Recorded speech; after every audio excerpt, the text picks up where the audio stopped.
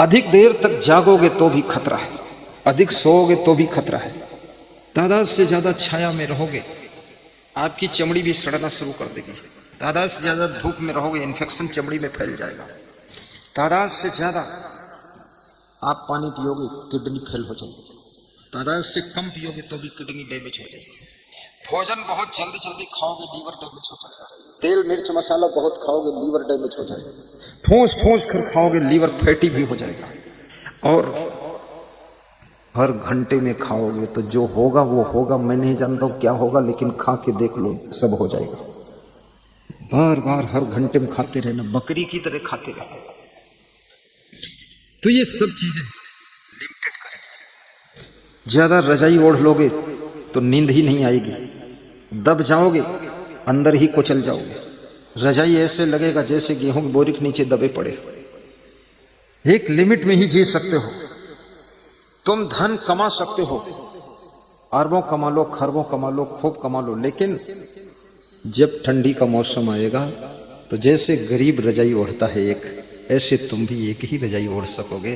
तुम ये न कह सकोगे कि मेरे पास करोड़ों है, अरबों है, तो मैं 50 रजाई ओढ़ूंगा, 50 गद्दों पर सोऊंगा, 50 तकिया लगाऊंगा। ये न कह सकोगे। एक बार में एक ही गाड़ी में बैठोगे, 100 गाड़ी रख सकते हो, 1000 गाड़ी रख सकते हो, लेकिन एक बार में एक ही गाड़ी में बैठोगे। एक बार में 10 गाड़ी में बैठोगे नहीं, इसमें हाथ डाल दूं, उसमें टांग घुसेड़ दूं, उसमें खोपड़ी डाल दूं तीसरी गाड़ी में, ऐसा नहीं हो सकता है। इस दुनिया के अंदर सब चीजें सीमित ही प्रयोग कर सकते हो, ज्यादा तुम प्रयोग नहीं कर सकते हो। चप्पल जूते भी एक बार में एक ही जोड़ी पहन सकते हो। ऐसा नहीं कि तुम सोचो हम बड़े आदमी हैं तो 10 जोड़ी में पाँव घुसेड़ेंगे, वो घुसेंगे ही नहीं पाँव, एक ही जोड़ी में जाएंगे पाँव। एक बार में एक ही साड़ी पहन सकती, ज्यादा से ज्यादा ऐठ है तो 2 लटका सकती है, और 3 पहन लोगी चल ही नहीं पाओगे, टांग में फरसंदा लग जाएगा, लिपट के झपट के गिर जाओगे। तो ये सारी चीजें जगत की प्रकृति हमको सिखाती है। सीमित जिंदगी ही सुखद जिंदगी है, और जो सीमाओं को तोड़ता है दुख शुरू हो जाता है। याद रखना, जो डैम बनते हैं, बांध बनता है, जहाँ पानी भरा होता है, उस बांध के अंदर ही पानी जब रहता है तो ही वो पानी बिजली पैदा करता है, और पानी नहर में जब जाता है खेतों को हरा भरा करता है। लेकिन बांध को अगर वो पानी तोड़ दे तो याद रखना पूरे सैकड़ों गांव भी डूब जाते हैं, सैकड़ों गांव डूब जाते हैं। इसलिए अपने आप को मर्यादा में, सीमा में, लिमिट में बांध करके रखिए। जो अपने आप को एक लिमिट में बांध लेता है वही व्यक्ति सुख पाता है, शांति पाता है, आनंद पाता है। जय। मुझे एक सज्जन मिले उत्तर प्रदेश में, तो उनके भाई ने कहा गुरुजी का रथ निकल रहा है द्वार पर, तो आओ दर्शन करो, आ जाओ आ जाओ आ जाओ। तो आया और ऐसे खड़ा था, आंखें टिप टिप टिप टिप कर रहा था। मैंने कहा ये सूरदास है क्या, अंधा है क्या? बोले अंधा नहीं है, ये 20 साल से धूप में निकला ही नहीं है, तो धूप में इसकी आंखें खुलती ही नहीं है, इसलिए टिप टिप टिप टिप करती। याद रखना, अभ्यास की जिंदगी है, practice in life, easy life. जो तुम प्रैक्टिस कर लोगे वो तुम्हारी जिंदगी के लिए सब सहज हो जाएगा। इसलिए अभ्यास कीजिए। झाड़ू लगाने का भी अभ्यास करो। एक बहुत बड़ा डॉक्टर जो 20 ऑपरेशन डेली करता था, उसको मिलने के लिए हमारे संतगण गए। Doctor Onish Verma, Ayush nursing home, तो एक घर में धुलाई सफाई पोछा लगा रहे थे। बड़ा डॉक्टर है, मतलब जिसके यहाँ 200 मरीज रोज आते हैं। तो संतों से ऐसे अंगुली किया कि उधर कुर्सी पड़ी है वहां बैठ जाओ। बोले डॉक्टर साहब 2 मिनट मिलना था। तो उसने कहा उधर 15 मिनट बैठ जाओ। तो संतों ने कहा डॉक्टर साहब जल्दी है, तो बोले सीधे वापस आओ। डॉक्टर ने जो बात कही वो सुनने जैसी है, समझने जैसी है। डॉक्टर ने कहा यदि मैं झाड़ू नहीं लगाऊंगा, पोछा नहीं लगाऊंगा, मेरी पत्नी पोछा लगा रही, मैं धुलाई कर रहा हूं पूरा घर, 1 घंटे व्यायाम नहीं करूंगा तो मैं डॉक्टर नहीं रहूंगा, मैं भी मरीज बन जाऊंगा। इसलिए मेहनत करना चाहिए, मेहनत से बीमारी नहीं आती। जय जय। जब तुम कड़ी मेहनत, बड़ी मेहनत, तगड़ी मेहनत और रगड़ी मेहनत करते हो तो पत्थर भी तोड़कर तुम पानी निकाल देते हो। गरीबी को लाखों कोस दूर भगा देते हो। कुनकुने जल में खिचड़ी भी नहीं पकती है और खौलते ही पानी में याद रखना चने भी पक जाते हैं। इसलिए कम कम मेहनत करने से कुछ भी होने वाला नहीं है, गरीबी भी दूर होने वाली नहीं है। जब खौलता हुआ पानी हो, यानी कड़ी मेहनत, बड़ी मेहनत, तगड़ी मेहनत, रगड़ी मेहनत चालू हो जाएगी तो सदियों सदियों की गरीबी भी पूंछ दबाकर भाग जाएगी और जिंदगी में चमक। मेहनत का फल है सौंदर्य। एक कौवे को लागी प्यास, उड़कर गया घड़े के पास। कौवा प्यासा था, कौवे के पास भी बुद्धि थोड़ी तो होती ही। तो प्यास लगी और कितने लोग तो कौवा से भी गिरे गुजरे। उनको प्यास लगे तो अपने पानी पीने की भी सेटिंग कर नहीं पाएंगे, बस बैठे रहेंगे। तो एक कौवे को लागी प्यास, उड़कर गया घड़े के पास। सोचा मन में एक बात खास और अंदर से जगाया अपना आत्मविश्वास। देखा घड़े में थोड़ा पानी। जब कौवे ने घड़े में झांक कर देखा तो उसमें थोड़ा पानी था। तो देख हुई उसको हैरानी, कौवे को बड़ी हैरानी हुई, ये तो नीचे तली में पानी है, ये कैसे पीऊंगा मैं। क्योंकि कौवा भी समझता है कि घड़े के अंदर घुसना खतरे से खाली नहीं। इसलिए जो पशु पक्षी सावधान होते ना, वो घड़े में मुंह नहीं डालते। कुछ मूर्ख होते हैं, जैसे कुत्ता, जैसे बिल्ली, जैसे बंदर, वो हर जगह मुंह डाल देते हैं। और मुंह डाल दिया तो मुंह चला तो गया, अब जब बाहर निकाला तो मोड़ फंस गया। क्योंकि डालते समय कान इधर थे तो पतला हो गया, और निकालते समय कान उधर को हो गए, मोटा हो गया। अब मुंह निकल नहीं रहा। अब वो गगरा लेकर, मटका लेकर घूम रहे, अब आंखों से दिखता नहीं। अब वो मटका लिए घूम रहे हैं, कहीं दीवार में लड़ रहे हैं, कहीं नाले में गिर रहे हैं। लोग देख देख कर तमाशा में ताली बजा रहे हैं कि ये तो बड़ी मनोरंजक बात हो गई, बड़ा मजा आया, ये कहाँ घूम रहा है। अब वो मटका सिर में ढका, किसी घर में घुस रहे हैं, सब लोग तमाशा देख रहे हैं। कोई दयालु आया, पकड़ करके मटका निकाला, फोड़ा। जब कुत्ते का मुंह उस मटके से निकला तब उसने देखा, अरे ये कहाँ फंस गए हम। अब कल फिर फंस गया जाकर। लालची हमेशा फंसता। जब जब जिंदगी में तुमको कोई ठगा है, तब तब तुम कहीं न कहीं लालच कर चुके हो, तभी ठगाए हो। बिना लालच के तुमको कोई ठग नहीं सकता है। रातों रात जो करोड़पति बनना चाहते हैं, वे दिन होना, जब दिन होता है ना, रात बीत जाती तो रोडपति हो जाते हैं, करोड़पति नहीं हो पाते। जो रातों रात करोड़पति। जय। कई कंपनियों में पैसा जमा करते हैं, कंपनी बोलती है कि 6 महीने में दुगना हो जाएगा, तो सोचते हैं जमीन बेचकर भी जमा कर देते। जमीन बेचकर 20 लाख जमा कर दिया और 6 महीने में दुगना हो जाएगा। 5 महीने बाद कंपनी भाग गई, जो मूलधन था वो भी चला गया। अब लल्लू राम घूम रहे हैं, रोते हुए कि बर्बाद हो गए हैं, लालच में ही बर्बाद हो। इसलिए लालच को कहा गया है कि लालच बुरी बला है। आ बला पकड़ गला नरक में ले चला। लालच कोई साधारण चीज नहीं है। मछली अगर कांटे में फंसती है तो लालच में ही फंसती है। कांटा जो होता है, जिसको बरवा बोलते हैं, उसमें केचुआ लगा देते हैं या आटा लगा देते हैं मछली मारने वाले, और फिर उसमें एक रस्सी बंधी होती है और रस्सी डंडे में बंधी होती है। डंडा मछुआरा के हाथ में होता है और मछुआरा उसको फेंकता है नदी में, तालाब में। तो मछली सोचती है मेरे लिए कोई नाश्ता लाया है, कितनी भोली भाली मछली है वो, तेरे लिए नाश्ता कौन लाएगा। तेरी फैमिली का कोई है, तेरे लिए कौन नाश्ता लाएगा। और वो भूखी मछली कांटे के ऊपर चिपके हुए आटे को देख रही है और आटे के भीतर छिपे हुए कांटे को नहीं देख पा रही। यही सवाल बहुत बड़ा है। दुख और सुख में यही हाल है। सुख के भीतर छुपे हुए दुख के कांटे को तुम देख ही नहीं पाते हो। तुम्हें केवल सुख का आटा दिखता है, दुख का कांटा दिखता ही नहीं है। और सुख के आटे के लालच में उसको ज्यों ही तुम मुंह में धरते हो, त्यों ही वो दुख का कांटा तुम्हारे गले फंस जाता है और जिंदगी भर दुख ही दुख भोगते रहते हो। मछली वाली दशा तुम्हारी भी। तुम्हारी तालियों में दम नहीं, गुरु तुम्हारे हम नहीं।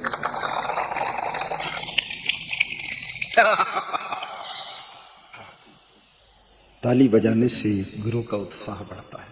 ताली बजाने से अड़ोसी पड़ोसी कोई सो रहा तो उसकी नींद टूट जाती है। ताली बजाने से तुम्हारी भी सुस्ती खत्म होती है, मस्ती आती है। ताली बजाने से ये को प्रेशर सब चार्ज हो जाते हैं, जिससे बुखार, सर्दी, जुकाम, खांसी, दर्द, हरारत, हार्ट अटैक, बीपी, ये सब बीमारियां कंट्रोल होती है। ये ताली तुम बजाते तो फ्री में हो, लेकिन फायदा बहुत होता है। अभी भी तालियां तुम्हारी ऐसी कमजोर हैं, लगता है तुम सब 100-100 साल की उम्र के हो गए।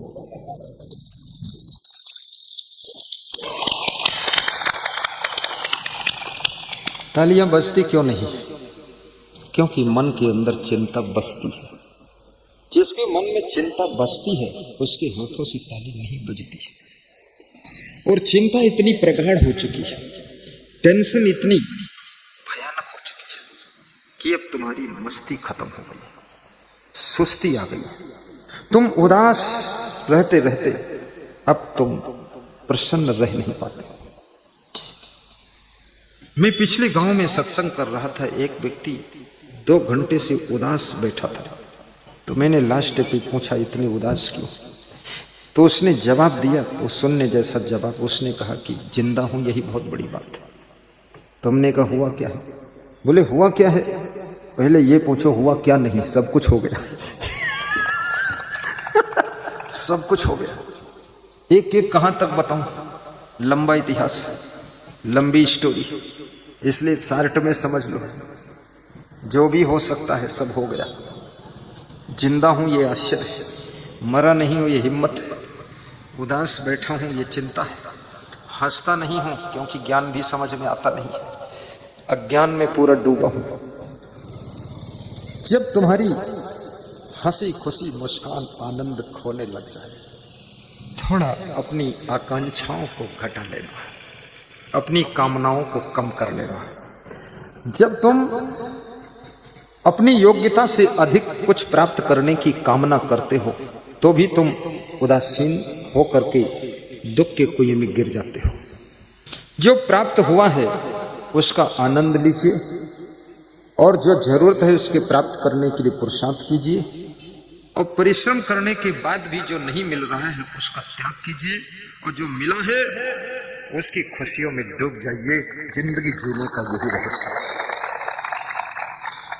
जो पत्नी मिली है, जो पति मिला है, जो बेटा मिला है, जो माँ बाप मिले हैं, जो सास ससुर मिले हैं, जो देवरानी जेठानी मिली है, जो भंजा मिला है, मामा जी मिले हैं, अभी मामा कोई चेंज नहीं हो सकता, रहेगा यही मामा, चाहे उसका फटे पाजामा, पर रहेगा यही मामा। जैसे शिवराज सिंह कहते थे, मैं पूरे मध्य प्रदेश का मामा हूँ। अब मैं समझ नहीं पाता हूँ, मामा जी दिल्ली चले गए, मामा कहाँ आएगा? मामा बाप भी वही रहेगा, जैसा है तैसा है, बाप वही रहेगा।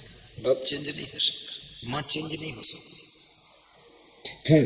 पति पत्नी चेंज हो जाते हैं, कुछ लोग हिम्मत जुटाते चेंज कर लेते हैं, और चेंज करते हैं तो फिर उसी मॉडल का ही मिलता है, क्योंकि जो भाग्य में है वही मिलेगा, चाहे जितना चेंज कर लो आप। घर चेंज करने से कोई सोने का महल थोड़ी मिल जाता है। तुम चंदेरी छोड़ करके बंदेरी चले जाओ, बात वही रहेगी। तुम ही हो ना, तुम तो वही हो ना। चंदेरी छोड़ा है तुमने, लेकिन तुम तो वही हो। तो चंदेरी में जैसे भगमच्छर मचा के रखा था घर में, तो जहां रहोगे ललितपुर में वही भगमच्छर शुरू, लखनऊ जाओगे वहां वही शुरू, क्योंकि पति पत्नी तुम तो वही हो। लखनऊ में जाकर ताल ठोक दोगे, आइए देख लूंगा तुमको, तुम नहीं बदल सके। घर बदल लिया, गाड़ी बदल लिया, साड़ी बदल लिया, स्वेटर बदल लिया, जैकेट बदल दिया, जूते चप्पल बदल दिया, घड़ी छड़ी बदल दिया, कमरा बदल दिया, बेड बदल दिया, बेड के गद्दे बदल दिया, लेकिन खुद को कैसे बदल पाओगे? खुद को खुद बदलने की ताकत तब पैदा होती है जब सत्संग में तुम डुबकी लगाते हो और भक्ति के पथ पर कदम बढ़ाते हो, तो खुद को बदलने की शक्ति पैदा हो जाती है। स्वयं को बदलने की शक्ति जिस दिन पैदा हो जाती है, उसी दिन तुम जहां हो, जहां खड़े हो, वहीं स्वर्ग उतर जाता है। लोग खुद को नहीं बदलना चाहते, लोग पत्नी को बदलना चाहते, लोग पति को बदलना चाहते, लोग बेटे को चेंज करना चाहते, लोग बाप को बदलना चाहते, और लोग अपने भाई को बदलना चाहते, खुद को नहीं। याद रखना, स्वयं को बदलना। दुनिया बदलेगी कि नहीं बदलेगी इसका कोई भरोसा नहीं है। बदल भी सकती हो, नहीं भी बदल सकती हो, देर में बदल सकती हो, तुरंत बदल सकती हो, बदलने के बाद फिर बिगड़ सकती है और फिर जैसी की तैसी हो सकती है। लेकिन तुम अपने को बदल भी सकते हो, परमानेंट बदल सकते हो, अपने को संभाल सकते हो। और खुद को बदलने की कला आ गई तो घर का कलह कलेश भी खत्म हो जाता है।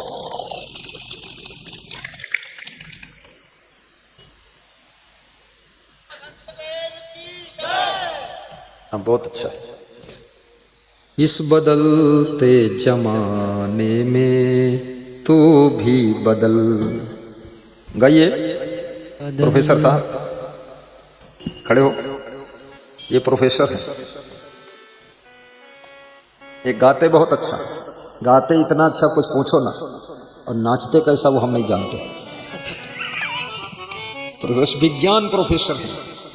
बहुत प्रेम है गुरु जी से। हर महीने की 1 तारीख को साहिब बंदगी करते हैं, राम राम करते हैं। फोन नहीं उठता है तो मन मार के रह जाते हैं, फोन उठ जाता है तो महीने भर के लिए चार्ज हो जाते हैं। करेरा में रहते हैं। महादानी भी है, महादानी। इनकी पत्नी कस्तूरी बाई, वो बैठी है चुप्पे चुप्पे, उठना ही नहीं चाहती। प्रोफेसर भी सोचता हूँ उठ जाए, मेरी पत्नी को लोग देख ले, पहचान ले, कितनी अच्छी पत्नी। मैं भी सोचता हूँ उठ जाए, मेरी भक्ति है, भक्ति उठ जाए तो शर्माती है। अरे कहाँ उठेंगे इतने लोगों के बीच में। अरे उठ जाओ, क्यों नहीं उठोगी? क्योंकि तुम्हारे जैसा कौन है। प्रेम है, श्रद्धा है। बात यहाँ गरीब अमीर की नहीं है, बात यहाँ पढ़े अनपढ़ की नहीं है, बात यहाँ पर शरीर लंबा चौड़ा छोटा ठिकने की नहीं, काले गोरे की नहीं। बात केवल एक ही बात है, वो ये बात है। क्या बात है? जो बात है सो बात है। वही बात है जो राम ने सिबरी से कहा था। सिबरी से क्या बात कहा था?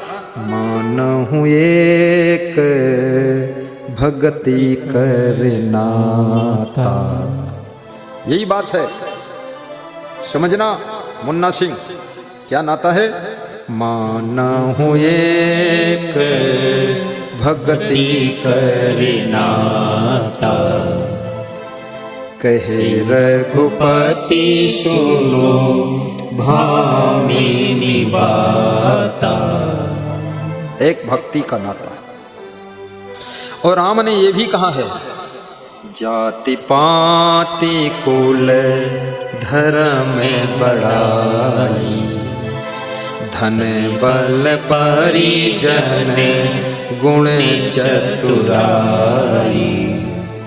जाति पाति कुल धर्म बड़ाई। नारायण और कला वाला नारायण कहाँ है? ढूंढो पक्का चेला किधर निकल गया। पीछे गया। जब मैं उसको बुलाता हूँ पीछे निकल जाता है। इतनी सेवा किया है नारायण ने। रोज आ जाते थे, इस प्रोग्राम को संभालने में बहुत मदद की। और बड़ी श्रद्धा है उनके पति पत्नी की। रोज आते हैं, बर्फी लाते हैं, खूब फल भी लाते हैं कि मेरे गुरु को जो चाहिए मैं खिला दूंगा। मानो एक भगत करना। आ जाओ आ जाओ। देखो 25-30 किलो गेहूं माता जी लाई, इसीलिए तो मैं खेती नहीं करता।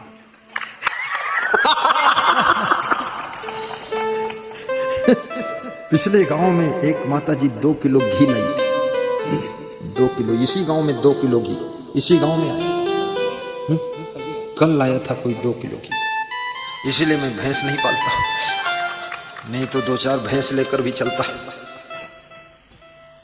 एक भक्त मुझसे कह रहा था कि गुरुजी तुम दूसरा काम मत करना, आपको जितने पैसे जरूरत हो हम सब भक्त मिलकर दे देंगे, लेकिन खेत में दिखाई मत देना और भैंस की पूंछ पकड़े दिखना मत।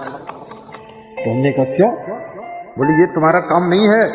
तुम हम लोगों को ज्ञान दो, भक्ति दो, सत्संग दो, नियम दो, संयम दो, शांति दो, सुख दो, संस्कार दो, मुक्ति दो, भक्ति दो। तुम्हारा ये काम है। तुम खेत में घास खोदोगे तो मेरी जिंदगी के खेत की घास कौन निकालेगा? दुर्गुणों की घास को। सतगुरु भगवान की जय जय जय जय। साहिब बंदगी। संसार के नर नारियों के जीवन रूपी खेत में अवगुणों की घास, माया मोह के संसार के संसर्ग में आने के बाद धीरे धीरे उगने लग जाती है। दुर्गुणों की घास पनपने लग जाती है, बुराइयों की घास पैदा होती है, गलत गलत आदतों की घास पैदा होती है। उसके लिए गुरु जी की ड्यूटी है कि आपके जीवन के खेत की बुराइयों की घास को सत्संग भक्ति के माध्यम से उखाड़ उखाड़ कर फेंकना, ताकि जीवन में सुख शांति की फसल अच्छी हो सके और जीवन में आनंद के फूल खिल सके। इसलिए जय। हमारे आश्रम के छोटे गुरु जी भी कहते थे, गुरुमन देव महाराज और मेरे गुरु पूज्य श्री क्षमा देव महाराज कह रहे थे कि जिस काम में लगाया हूं इसी में लगे रहना, इधर उधर मत करना। तो हमने कहा इधर उधर क्या? बोले इधर उधर मतलब दूसरा काम कोई शुरू मत करना, बस सत्संग करो, भक्तों को आशीर्वाद दो और अपनी साधना तपस्या को प्रखर करो। इतना प्रखर करो कि तुम्हारा नाम लेकर के भक्त अगर कोई काम करे तो भी सफल हो जाए, इतना तेज तप आना चाहिए।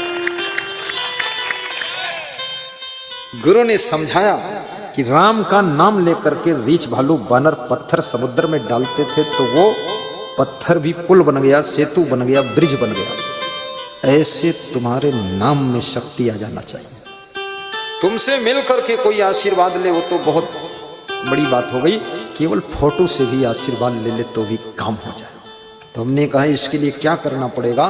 तो गुरु ने कहा अखंड ब्रह्मचर्य व्रत का पालन, अखंड वैराग्य और आत्म ज्ञान और आत्म बोध और साधना तपस्या त्याग तप, ये सब खूब करो, खूब करो, जिंदगी बदल जाएगी, जीवन चेंज हो जाएगा। बैठा लो हमारा भगत है भरत, जिंदगी चेंज हो जाएगी। याद रखना, त्याग इनका देख लो, तप इनका देख लो, भाव इनका देख लो, प्रेम इनका देख लो। जिंदगी में गुरु की प्रखर तपस्या भक्तों की समस्या को हल कर देती है, याद रखना।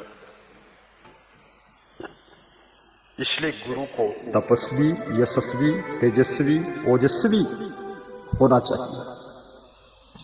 हनुमान चालीसा में चौपाई लिखी हुई है, अपन तेज सम्हारो आपे, तीनों लोक हाँकते कांपे। अपन तेज सम्हारो आपे, तीनों लोक हाँकते कांपे। अपने तेज को संभालो।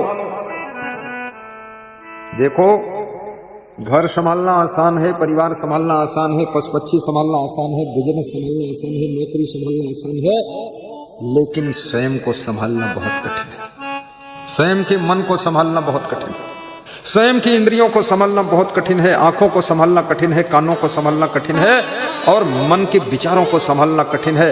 जिसको खुद को संभालने की कला आ गई वो पूरे विश्व को संभालने की शक्ति प्राप्त करता है। अपन तेज सम्हारो आपे, तीनों लोक हाँकते कांपे। गाइए गाइए गाइए। अपन तेज सम्हारो आपे, तीनों लोक हाँकते। श्री गुरु चरण सरोज रज, निज मन मुकुर सुधारि। बरनौ रघुबर विमल जस, जो दायक फल चारि। बुद्धिहीन तनु जानिके, सुमिरो पवन कुमार। घर घर में एक दो बुद्धिहीन विद्या देहु मोहि, कुछ आता ही नहीं है। बुद्धिहीन को क्या करना चाहिए? सुमिरो पवन कुमार। पवन कुमार का सुमिरन कैसे करना चाहिए? जय हनुमान ज्ञान गुण सागर, जय कपीस तिहु लोक उजागर। तिलक सेवा प्रारंभ हो गई है, सबके तिलक लग रहा है। तुलित बल धामा, और तिलक की थाली में अपनी दक्षिणा भी डालना। सुख नामा, वीर विक्रम बजरंगी, कुमति निवार सुमति के संगी। कंचन वरण विराज सुवेशा, कान मुकुंडल कुंचित केशा। हाथी विराजे,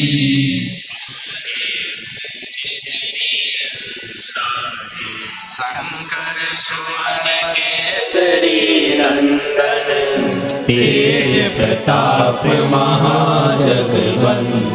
विद्यावान गुणी अति चातुर, राम काज करिबे को आतुर। प्रभु चरित्र सुनिबे को रसिया, राम लखन सीता बसिया।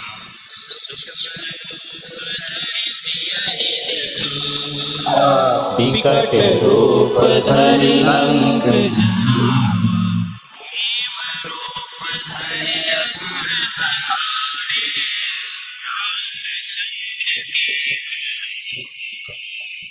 रघुपति कीन्ही बहुत बड़ाई, तुम मम भरत सम भाई। रघुपति कीन्ही बहुत बड़ाई, जिसकी भक्ति से प्रभावित होकर रामचंद्र भगवान भी बड़ाई कर रहे हैं। जिस की भक्ति से गुरु प्रसन्न हो जाए, गुरु भी बड़ाई करे कि ये भरतलाल शिक्षक, ये उर्मिला देवी कितनी महान है। गुरु अपने दिल में स्थान देते। रघुपति कीन्ही बहुत बड़ाई, तुम मम प्रिय भरत सम भाई। एक बंदर का रूप हनुमान जी, भगवान ने अपने भाई भरत के समकक्ष कहा कि हनुमान तुम ऐसे हो जैसे मेरा भाई भरत। भरत का स्थान लेना आसान नहीं, भाई भरत के समान हनुमान जी ने स्थान प्राप्त किया। रघुपति कीन्ही बहुत बड़ाई, तुम मम प्रिय भरत सम भाई। तुम मेरे भाई हो। क्या बंदर भगवान का भाई हो सकता है? अवश्य हो सकता है। और बंदर जब भगवान का भाई बन सकता है तो मनुष्य तो इतना सुंदर है, ये क्यों नहीं बन सकता है? बस भक्ति जब पराकाष्ठा को स्पर्श करती है तो भगवान तुमको अपने भाई के समान स्वीकार करता है। फिर गुरु भी कहता है, शिष्य कहता है, तुम ही नातेदार हो, तुम ही मेरे यार हो, तुम ही मेरे जीवन स्वामी, तारक सरकार हो। सरकार एक तो वो सरकार है जो शासन चलाती है, दूसरी गुरु की सरकार है, संतों की सरकार है, महान पुरुषों की सरकार है जो हमारे जीवन को कैसे चलाना चाहिए ये तरीका सिखाती है। तुम ही नातेदार हो, तुम ही मेरे यार हो, तुम ही मेरे जीवन स्वामी, तारक सरकार हो। तुम ही मेरे जीवन स्वामी, तारक सरकार हो। मैं हूँ अज्ञान स्वामी, ममता लुभात है, असत तृष्णा में फंस बंदा भटक भटक जाती है। भटक भटक असत तृष्णा में फंस कटक कटक, झटक झटक झटक जाती पटक पटक।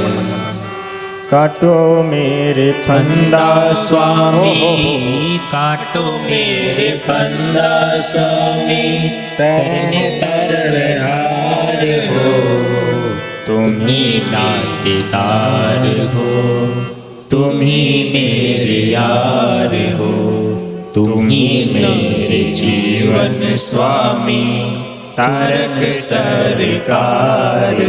तुम ही मेरे जीवन स्वामी, तारक सरकार हो।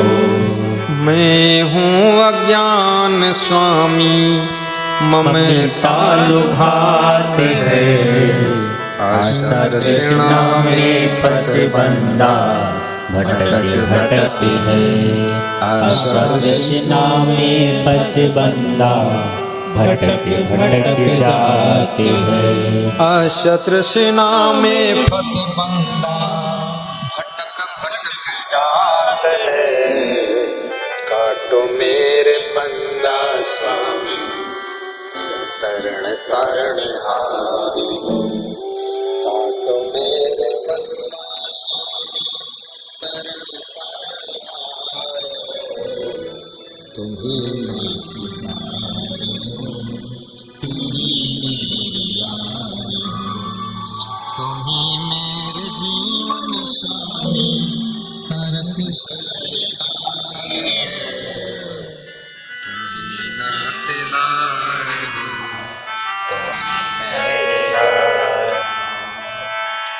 ज्ञान दिल में दे के दाता, सोए से जग अब तो हमें नीलमणि से सुब्रमणि बनाए दो। अब तो हमें नीलमणि से सुब्रमणि बनाए दो। दे तो कैसी कि नाव मेरी पार हो, दे तो पतवार ऐसी कि नाव मेरी पार हो। जीवन स्वामी, तारक सरकार हो। तुम ही नातेदार हो, तुम ही मेरे यार हो। तुम ही मेरे जीवन स्वामी, तारक सरकार हो, तारक सरकार हो। महान भक्त उत्तर प्रदेश के मिनिस्टर, संतों के परम प्रेमी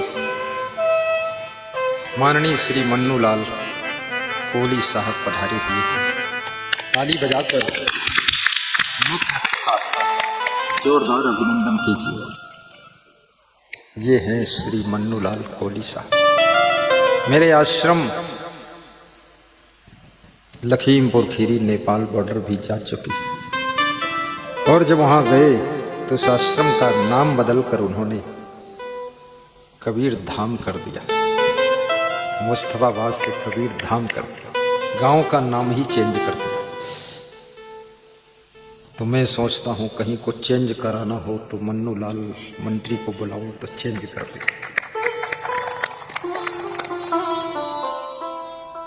बहुत सुंदर माला और बाजा से उनका स्वागत भक्तों ने किया है। श्रद्धा बहुत है। वो एक ऐसे भक्त हैं जो गुरु का प्रवचन मोबाइल के YouTube चैनल में सुनते और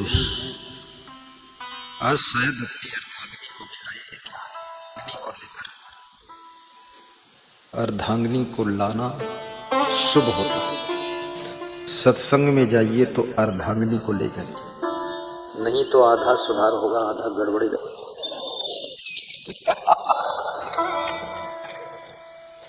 यहाँ बहुत से लोग अपनी अपनी अर्धांगिनी को भी लाए हैं, भाइयों को भी लाए हैं, और बड़े प्रेम से सब आए हैं। सभी को व्यास दादी आशीर्वाद देती है। बहुत प्रेम से सब आए, दूर दूर से भी आए हैं, नजदीक से भी आए हैं। दे दो पतवार ऐसी कि नाव मेरी पार हो। कबीर कहते हैं रतन का जतन कर। ये पहला सूत्र है जीवन जीने का। जो रतन जैसी मनुष्य काया मिली है, इसको जतन पूर्वक संभालो। और इस काया के भीतर जो छिपा हुआ परम तत्व है आत्मा, उस चेतना को भी पहचानो, आत्म ज्ञान प्राप्त करो। कहीं ऐसा ना हो कि भौतिक ज्ञान में ही दौड़ते दौड़ते जिंदगी की शाम हो जाए और आत्म ज्ञान समझ ही ना पाओ और दुनिया छोड़ करके तुम चले जाओ। क्योंकि मनुष्य जीवन में ही आत्मा परमात्मा को पहचाना जा सकता है। पशु पक्षी कीड़े मकोड़े के जीवन में न तो सत्संग आप सुन सकते हैं, न तो आप भक्ति कर सकते हैं, न गुरु का ध्यान कर सकते हैं। यहाँ पड़ोस में 10-50 पशु घूम रहे हैं, उनको मालूम ही नहीं कौन गुरु आया है, कौन संत है, कौन मुख्य अतिथि आया है, मन्नू लाल। वो तो अपने मन में ही मगन है सब। इसलिए मनुष्य जीवन की बड़ी महिमा है। बड़ी मुश्किल से नर्तन मिला है, ये गंवाने के काबिल नहीं है। ज्ञान गुरु का कभी ये भुलाने के काबिल नहीं है। ये ज्ञान भुलाने के काबिल नहीं है।